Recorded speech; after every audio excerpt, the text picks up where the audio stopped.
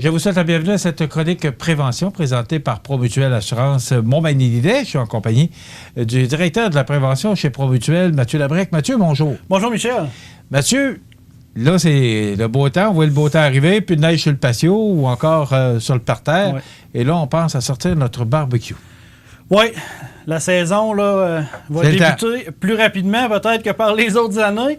Oui, mais il y a moins de neige cette année. Il y a moins de neige. Ça a fondu vite, quand même du beau temps à l'extérieur. Pour marcher dans le quartier chez nous, j'ai déjà commencé à humer l'odeur des barbecues. Donc, chronique prévention sur les barbecues, les comportements sécuritaires. Qu'est-ce qu'il faut retenir d'abord? L'objectif de cette chronique-là, c'est quoi? Qu'est-ce que tu veux atteindre? C'est vraiment de sensibiliser la population, encore là, aux différents risques liés à l'utilisation de barbecue.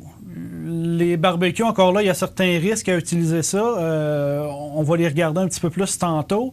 Une belle activité extérieure, bon, en famille, entre amis, un petit peu plus tard. Par contre, il y a quand même des risques, puis des risques qui sont assez graves aussi quand même. On va parler surtout des barbecues propane, gaz naturel, un petit peu des barbecues au charbon. Tout d'abord, ce qu'on va regarder, conseil de sécurité.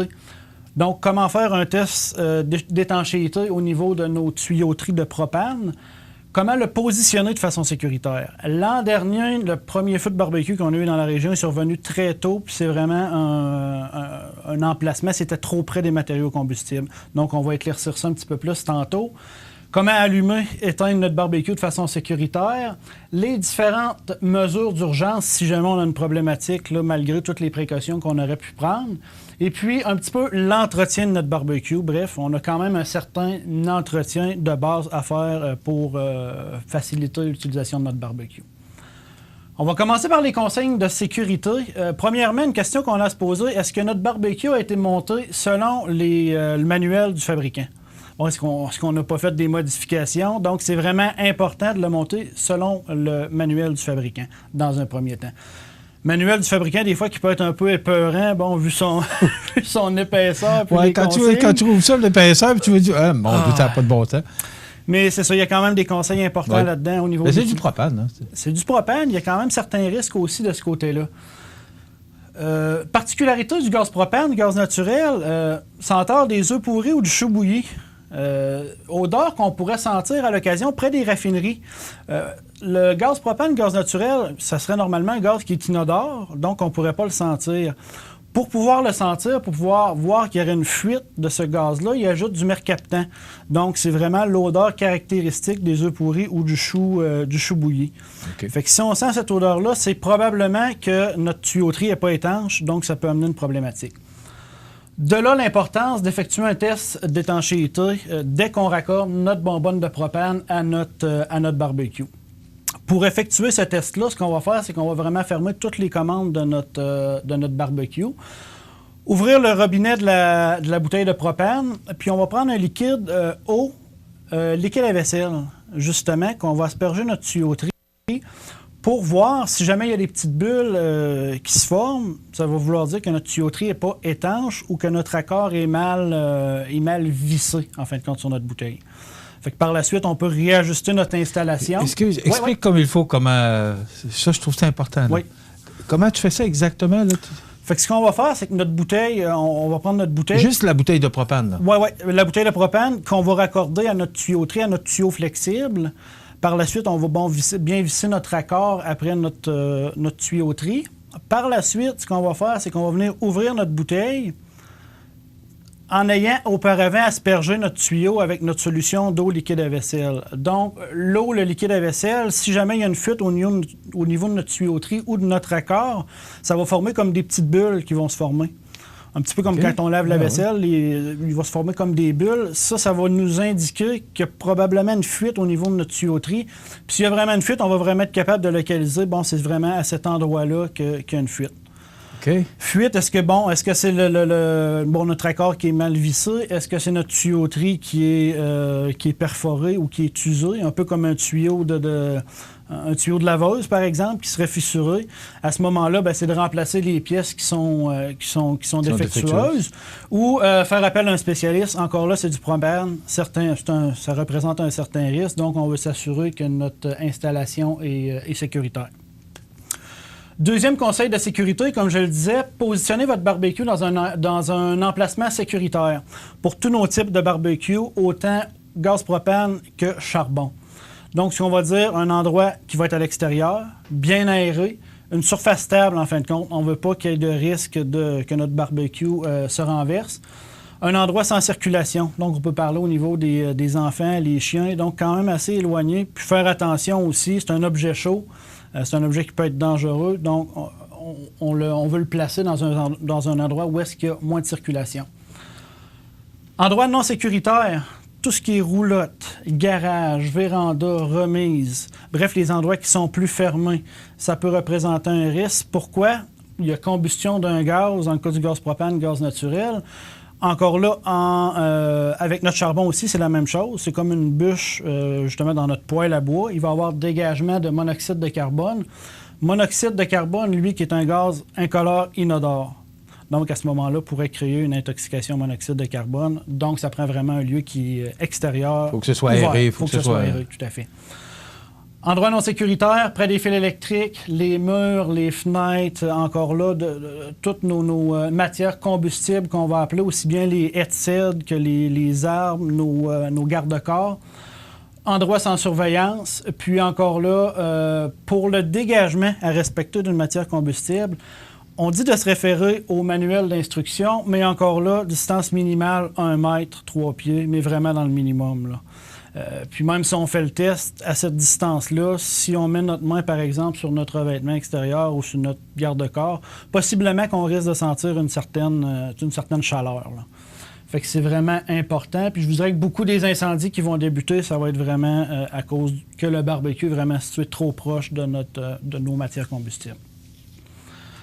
Maintenant, pour allumer puis éteindre notre barbecue de manière sécuritaire, ce qu'on va faire dans un premier temps, c'est vraiment ouvrir notre couvercle pour s'assurer que s'il y a du gaz qui est latent, qui est à l'intérieur, justement, qu'il puisse s'évaporer, bref, se retirer de notre cuve.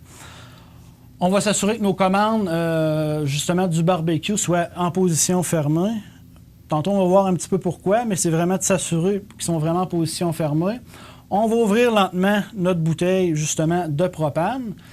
Puis là, ce qu'on va pouvoir faire, c'est vraiment produire une étincelle, soit avec l'allumeur qu'il y a directement après notre barbecue, ou vraiment avec une longue allumette, ou, si on veut, un briquet avec un long embout, qu'on va placer près de notre brûleur, justement, dans le but de l'allumer. Pour l'allumer, encore là, on va ouvrir graduellement là, notre commande de propane pour justement alimenter notre brûleur. Puis avec notre étincelle ou notre flamme, va venir allumer notre brûleur. On ne se tient pas, par mesure de précaution, au-dessus de notre barbecue. Encore là, bon, s'il y a accumulation de gaz, puis il y a vraiment une grande flamme qui vient, on se dégage un peu du dessus de notre barbecue.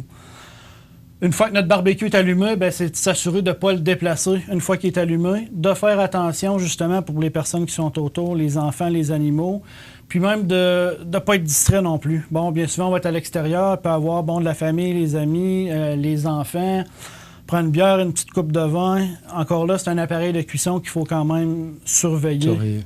Puis comme on le disait dans une chronique précédente pour les feux de cuisson, l'une des principales causes, c'est vraiment les distractions encore là qui vont être en cause. Maintenant, pour éteindre notre barbecue, ce qu'on va faire, c'est qu'on va vraiment commencer par fermer le robinet de notre bouteille de propane pour s'assurer que nos gaz qui pourraient être dans la conduite soient brûlés complètement. Par la suite, on va refermer nos commandes de contrôle de gaz. Ce que je disais tantôt, vraiment, quand on vient pour l'allumer, de s'assurer de les fermer, c'est parce que normalement, la dernière étape qu'on va faire pour l'éteindre, c'est qu'on va justement les laisser ouverts le temps que le gaz brûle. Fait que c'est pour ça que quand on l'allume, on s'assure vraiment qu'il soit fermé complètement. Problématique qui peut se produire, notre barbecue qui ne s'allume pas. Bon, on essaye, bon, soit avec l'allumeur qui est directement sur le barbecue qui ne fonctionne pas, fonctionne mal, ou pour différentes raisons. Ça ne fonctionne pas. Bien souvent, là, à ce moment-là, on va déjà sentir là, l'odeur caractéristique là, justement de chou brûlé, là, l'odeur que je parlais au départ, là, de chou bouilli. Pas de chou brûlé, mais de chou bouilli. Donc, ce qu'on va faire, c'est qu'on va refermer nos conduites de gaz pour permettre justement au gaz propane qui aurait pu s'accumuler. Parce qu'on s'entend que le gaz, justement, notre bouteille est ouverte, notre commande est ouverte, le gaz propane continue de sortir pour avoir une accumulation. Donc, à ce moment-là, ce qu'on veut, c'est que cette accumulation de gaz-là, bon, justement, s'évapore, s'en aille un petit peu dans l'atmosphère pour pas qu'il y ait d'explosion, à la limite, là, s'il y a une accumulation de gaz. Une fois que notre appareil est ventilé complètement, on peut recommencer vraiment la procédure pour allumer notre barbecue là, à partir du départ. Malgré toutes ces précautions-là, pourrait arriver quand même un début d'incendie. Mesure d'urgence, un petit peu comme je le disais, c'est d'évacuer les lieux immédiatement. Donc le gaz propane, encore là, le gaz qui est très inflammable, risque justement au niveau santé-sécurité. Téléphoner au service incendie. On va dire de ne pas nécessairement essayer d'éteindre les flammes. Gaz sous pression à ce moment-là qui sort, flamme qui risque d'être très vive encore là. Ce qu'on dit souvent, c'est si on est capable, par exemple, de fermer la bouteille ou de fermer, ça serait plus applicable, je dirais, de fermer l'alimentation en gaz, à la limite, de gaz naturel, qui pourrait être fait de manière sécuritaire. Sinon, le gaz va vraiment continuer à sortir. Fait que c'est vraiment d'évacuer, de se retirer pour justement rester en sécurité le temps que les services d'urgence arrivent à notre domicile. Quelques petits points maintenant d'entretien de notre barbecue. C'est la base, hein? La base, effectivement, un petit peu comme dans... On finit avec ça, mais c'est la base, l'entretien. Effectivement. Parce que ce que j'entends, là, la bouteille, les tuyaux, c'est la base de l'entretenir pour que... Tout à fait. Quand on l'ouvre ou quand il a passé l'hiver fermé, qu'il soit bien entretenu. C'est justement de s'assurer qu'elle soit sécuritaire l'utilisation, puis de s'assurer de le faire perdurer dans le temps aussi. Par exemple, les intempéries, la pluie, la neige, le vent, c'est de s'assurer que plus qu'il est à l'abri, plus qu'on risque de le faire durer aussi dans le temps, notre appareil. Parmi le minimum d'entretien par année, encore là, on va se référer au guide du fabricant pour s'assurer de le faire vraiment selon ce que le fabricant recommande. Il y a quand même des points de base, comme par exemple notre brûleur, c'est s'assurer vraiment qu'il est en bon état. Puis au besoin là, de le nettoyer délicatement avec une brosse. Au niveau de notre cuve, c'est un petit peu la même chose. Dans notre cuve, il peut se ramasser encore là des graisses, des aliments. S'assurer de vraiment retirer ces choses-là, puis de justement de les retirer, puis de les entreposer aussi, un petit peu comme des cendres chaudes, là. Au niveau du barbecue, notre charbon de bois, une fois brûlé, c'est la même chose. Il peut y avoir encore de la chaleur à l'intérieur, il pourrait y avoir des tisons qui pourraient être dangereux, là. Fait qu'un petit peu la même chose, chaudière en métal avec un couvercle, pas près des matières combustibles. Par la suite, commande de contrôle, les tuyaux, les raccords, on s'assure encore là, un petit peu comme au début avec notre test d'étanchéité, s'assurer qu'ils sont en bon état. Au besoin, on remplace certaines pièces. Les grilles, encore là, après chaque utilisation, quand même assez facile de les nettoyer, puis c'est aussi important. Au niveau des bouteilles de propane, ça va être de s'assurer, s'ils sont endommagés, de les retirer, de les remplacer. Aussi, une bouteille de propane, après 10 ans, ne sera plus bonne. Donc, à ce moment-là, c'est vraiment de les remettre à un distributeur de propane. Mais ça, quand on va faire le plein, si jamais la bouteille est expirée, le temps est expiré, là, 10 ans, oui. C'est pas compliqué, ils la prennent puis ils la remplissent pas. C'est terminé. Non, c'est terminé. Fait que c'est une bonne manière aussi si on n'est pas habilité, parce que des fois, ça va être des petits caractères dans la peinture, on n'est pas sûr. Le distributeur de propane, lui, c'est sûr qu'il ne la remplira pas si elle a dépassé son âge. C'est correct. Oui, tout à fait. C'est sécuritaire. Notre bouteille, on ne la met jamais au rebut, jamais dans une poubelle, parce qu'encore là, il pourrait rester du gaz dedans ou ne pas rester de gaz dedans, puis ça pourrait causer une explosion. Donc, encore là, on ne met jamais ça au rebut. Puis, pour son on va le porter chez le détaillant. Chez le détaillant, simplement, ils les reprennent. Pour être allé porter moi-même des anciennes bouteilles, il n'y a pas nécessairement de frais là, pour aller porter une bouteille de propane, On va s'assurer aussi de l'entreposer jamais à l'intérieur, dans un endroit encore là qui va être ventilé à l'extérieur, autant en été qu'en hiver, et puis s'assurer justement que notre robinet est bien fermé puis que les enfants ne jouent pas après cet appareil-là. Rapidement, au niveau du barbecue au charbon, liquide d'allumage, le petit liquide qu'on va justement mettre sur nos briquettes de charbon pour allumer. Ce liquide-là, c'est la cause la plus fréquente au niveau des accidents, au niveau des barbecues au charbon. Je dirais surtout la problématique qu'on va voir, c'est qu'on va vouloir l'alimenter un petit peu plus pour qu'il brûle plus. Il va y avoir encore des tisons. On va vouloir asperger avec notre liquide.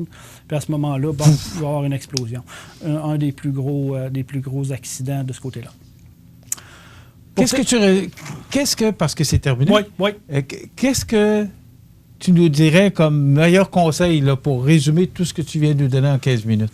Meilleur conseil, rapidement, c'est vraiment de se rappeler que c'est pas nécessairement aussi, comment je pourrais dire, c'est pas sans risque. C'est pas sans risque, c'est un moment qui va être plaisant. Il y a du gaz. À partir du moment où il y a du gaz, il y a du feu. Il y a des flammes, on fait attention, malgré tout. On veut que ça reste un moment joyeux, puis avec nos amis, notre famille un petit peu plus tard, mais on garde ça sécuritaire. Mathieu Labrec, merci beaucoup. Mathieu, qui est directeur de la prévention chez ProMutuelle Assurance. Toujours très intéressant, ces chroniques-là. On a l'impression de tout savoir ça, mais quand on écoute, là, comme tantôt avec le savon, oui. Moi, j'ai appris de quoi. Alors, merci. C'est pour ça, justement, qu'on vous présente ces chroniques-là. Merci, Mathieu. On se retrouve dans 2 semaines. Merci, Michel. Voilà, ça complète.